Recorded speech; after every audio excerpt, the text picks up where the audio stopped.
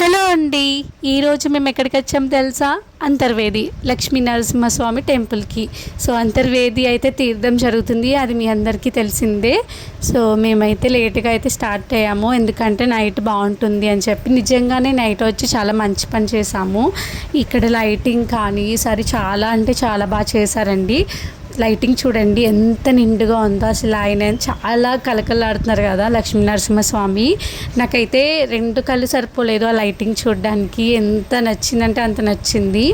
So lighting అంతా complete చేసుకొని కొన్ని థింగ్స్ కూడా కొనుక్కున్నాం మేమైతే. జోష్నిక అయితే ఆ బొమ్మలు అవి చూసి ఇంకా మమ్మీ నాకు అది కొను ఇది కొను అని చెప్పి అస్సలు ఊరుకోలేదు.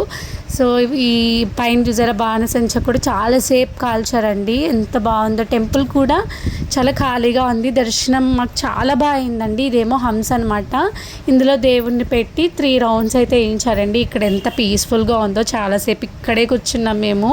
నాకైతే ఆ ప్లేస్ బాగా నచ్చింది, చాలా ప్రశాంతంగా ఉంది. సో కొన్ని థింగ్స్ అంటే కొనుక్కుని అయితే ఇంటికి వెళ్ళిపోయాం. బాయ్.